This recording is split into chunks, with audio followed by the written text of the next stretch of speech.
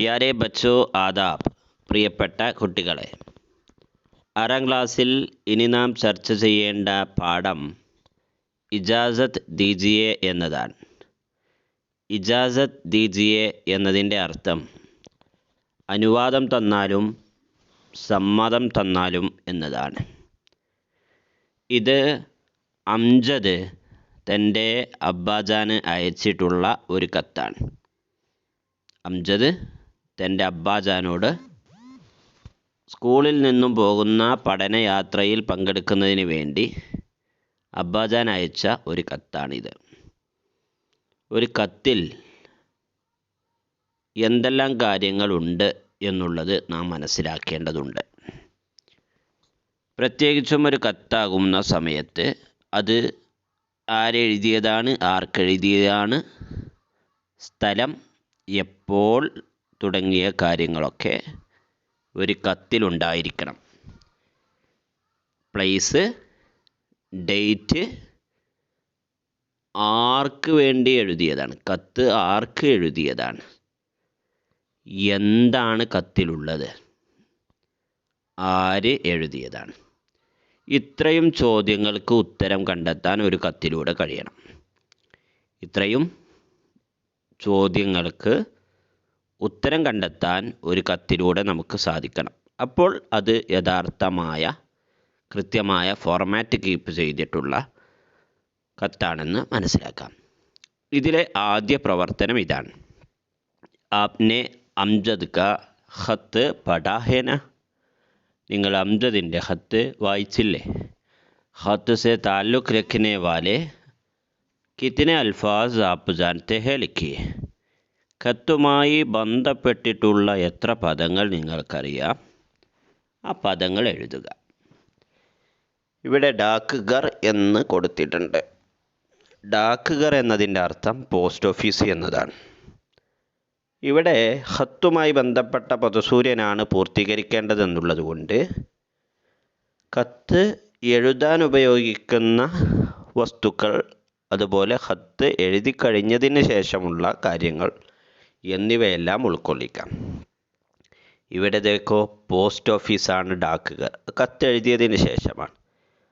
അതുപോലെ തന്നെ പോസ്റ്റ് ഓഫീസിൽ നിന്ന് ആ കത്ത് മറ്റുള്ളവരിലേക്ക് എത്തിക്കുന്നത്, കൊണ്ടുകൊടുക്കുന്നത് ഡാക്കിയാണ്. ഡാക്കിയ എന്ന് പറഞ്ഞാൽ പോസ്റ്റ്മാനാണ് അല്ലേ? പോസ്റ്റ്മാൻ. ഇതൊക്കെ കത്ത് എഴുതി കഴിഞ്ഞതിന് ശേഷമാണെങ്കിൽ കത്തെഴുതി പോസ്റ്റ് ഓഫീസിലേക്ക് അയക്കാൻ ലിഫാഫ ചാഹിയേ. ലിഫാഫ കവറ്, അതുപോലെ തന്നെ ഇൻലൻഡ്. ലിഫാഫ പോലെ തന്നെ ഇൻലൻഡ് വാങ്ങിയിട്ട് ഇൻലൻഡിൽ എഴുതിയിട്ട് അയക്കാൻ സാധിക്കും. ലിഫാഫ കവറ്, ഇൻലൻഡ്. അതുപോലെ തന്നെയോ മറ്റൊന്നാണ് പോസ്റ്റ് കാർഡ്. പോസ്റ്റ് കാർഡ് അഥവാ കണ്ടൻറ്റ് വളരെ കുറവായ കാര്യങ്ങളൊക്കെ പോസ്റ്റ് കാർഡ് വഴി അയക്കാൻ സാധിക്കും. അതുപോലെ ഡാക്ക് ടിക്കറ്റ്. ഡാക്ക് ടിക്കറ്റ് എന്ന് പറഞ്ഞാൽ നമ്മൾ കത്തെഴുതി കഴിഞ്ഞാൽ കത്തെഴുതുന്നത് എന്ത് ചെയ്യണം? സ്റ്റാമ്പ് ഒട്ടിക്കണം അല്ലേ? സ്റ്റാമ്പ്. ഡാക്ക് ടിക്കറ്റ് എന്ന് പറഞ്ഞാൽ സ്റ്റാമ്പാണ്. അതുപോലെ തന്നെ പത്ത, അഡ്രസ്സ് വേണം അല്ലേ? പത്ത, അഡ്രസ്സ് വേണം. പിന്നെ അതുപോലെ തന്നെയോ ആ കത്തിലുണ്ടാവേണ്ട, നമ്മൾ നേരത്തെ പറഞ്ഞ പോലെ കത്തിലുണ്ടാവേണ്ട കാര്യങ്ങൾ, ജഗ, താരീഖ് പോലെയുള്ള കാര്യങ്ങളൊക്കെ കത്തിൽ ഉൾപ്പെടണം. അപ്പോൾ ഇത്രയും കാര്യങ്ങൾ നമ്മൾ ഖത്തുമായി ബന്ധപ്പെട്ടത് എഴുതി. ഖത്തുമായി ബന്ധപ്പെട്ട് എന്തൊക്കെ എഴുതി? ഡാക്ക് ഘർ, ഡാക്കിയ, ലിഫാഫ, ഇല്ലൻഡ്, പോസ്റ്റ് കാർഡ്, ഡാക്ക് ടിക്കറ്റ്, പത്ത, ജഗ, താരീഖ്. ഇവയെല്ലാം ഖത്തുമായി ബന്ധപ്പെട്ട പദങ്ങളാണ് അല്ലേ? അപ്പോൾ ഇതുപോലെ നിങ്ങൾക്കറിയാവുന്ന മറ്റു പദങ്ങളൊക്കെ കൂടി എഴുതി നിങ്ങൾ ടീച്ചർക്ക് അയച്ചു കൊടുക്കണം. റെഡിയല്ലേ? ഓക്കെ അല്ലേ? സിമ്പിളായ ഒരു പ്രവർത്തനമാണിത്. ഓക്കെ. ഇനി दूर दूर तक ख़बरें पहुँचाने के लिए आजकल मुख्तलिफ़ तरीक़े इस्तेमाल किए जा रहे हैं, वो क्या क्या है? ദൂരെയുള്ള ആളുകളിലേക്ക് നമ്മുടെ ന്യൂസുകൾ വിവരങ്ങളൊക്കെ കൈമാറുന്നതിന് അതുപോലെ എത്തിക്കുന്നതിന് വേണ്ടി ഇന്നത്തെ കാലത്ത് എന്തെല്ലാം മാർഗങ്ങളാണ് സ്വീകരിക്കുന്നത്. ഇവിടെ ഇമെയിൽ കൊടുത്തിട്ടുണ്ട്.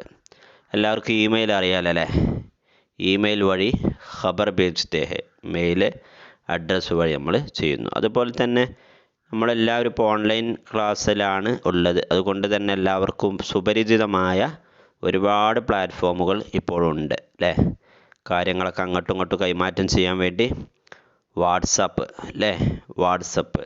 വാട്സപ്പിലൂടെ നമ്മൾ കാര്യങ്ങൾ, മെസ്സേജുകൾ, കാര്യങ്ങളൊക്കെ നമ്മൾ എന്ത് ചെയ്യലുണ്ട്, അയക്കാറുണ്ട്. പിന്നെയോ വാട്സപ്പിലൂടെ നമ്മൾ വിവരങ്ങൾ കൈമാറുന്നത് പോലെ തന്നെ വേറെയും ഒരുപാട് സോഷ്യൽ മീഡിയാസ് ഉണ്ട്, സാമൂഹ്യ മാധ്യമങ്ങളുണ്ട്. ഏതൊക്കെയാണ്?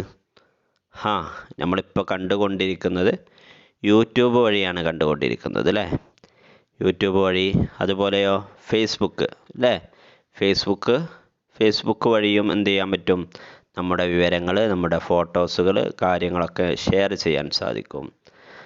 പിന്നെ അതുപോലെ ട്വിറ്ററും ഫേസ്ബുക്ക് പോലെയുള്ളൊരു സോഷ്യൽ മീഡിയ പ്ലാറ്റ്ഫോമാണ് യൂട്യൂബ്. പിന്നെ അതുപോലെ തന്നെ സ്കൈപ്പ്, പിന്നെ നിങ്ങളൊക്കെ പറയുന്ന IMO അല്ലേ, IMO അല്ലെങ്കിൽ ഇമോ, അതും പിന്നെ കണ്ടിട്ട് വിളിക്കാനുള്ള ഒരു സോഷ്യൽ മീഡിയയാണ്. പിന്നെ അതുപോലെയോ ഇൻസ്റ്റഗ്രാം അല്ലേ. ടെലിഗ്രാം, പിന്നെ ഗൂഗിൾ മീറ്റ്, സൂം. ഇന്ന് ഒരുവിധം എല്ലാ കാര്യങ്ങളെക്കുറിച്ച് നമുക്ക് എന്ത് ചെയ്യാൻ തുടങ്ങിയിട്ടുണ്ട്, അറിയാൻ തുടങ്ങിയിട്ടുണ്ട്. നമുക്ക് കുറച്ച് കുറവുണ്ടായിരുന്നു. പക്ഷേ ക്ലാസ്സുകളൊക്കെ ഓൺലൈൻ വഴി ആയതോടുകൂടി നമുക്ക് അതുകൂടി നമ്മൾ എന്ത് ചെയ്യാൻ തുടങ്ങി, ഈ കാര്യങ്ങളെക്കുറിച്ച് കൂടി നമ്മൾ കുറച്ചുകൂടി അറിഞ്ഞിട്ടുണ്ട് അല്ലേ. ഇൻസ്റ്റഗ്രാമും ടെലിഗ്രാമും വാട്സപ്പ്, ഫേസ്ബുക്ക്, ട്വിറ്റർ, പിന്നെ ഇമെയിൽ, ഇങ്ങനെ വ്യത്യസ്തങ്ങളായ തരീഖയാണ് നമ്മൾ വിവരങ്ങൾ കൈമാറുന്നതിന് വേണ്ടി ഉപയോഗിക്കുന്നത്. അതോടൊപ്പം നമ്മൾ നേരത്തെ തന്നെ ഉപയോഗിച്ചു കൊണ്ടിരിക്കുന്ന മൊബൈൽ ഫോൺ അല്ലേ, ടെലിഫോൺ എന്നിവയും ഇന്നും ഉപയോഗിക്കുന്നുണ്ട്. ഓക്കെ. അപ്പോൾ ഈ 2 പ്രവർത്തനങ്ങളാണ് ഇന്ന് ഈ ക്ലാസ്സിലൂടെ ചർച്ച ചെയ്യുന്നത്. അപ്പോൾ ഇത്രയും കാര്യങ്ങൾ നിങ്ങൾ ഭംഗിയായി, മനോഹരമായി എഴുതിയിട്ട് ടീച്ചർക്ക് അയച്ചു കൊടുക്കണം. ഓക്കെ. അപ്പോൾ ഈ പാഠത്തിലെ മറ്റു പ്രവർത്തനങ്ങളുമായി അടുത്ത ക്ലാസ്സിൽ കാണാം. ശുക്രിയ. ഖുദാ ഹാഫിസ്.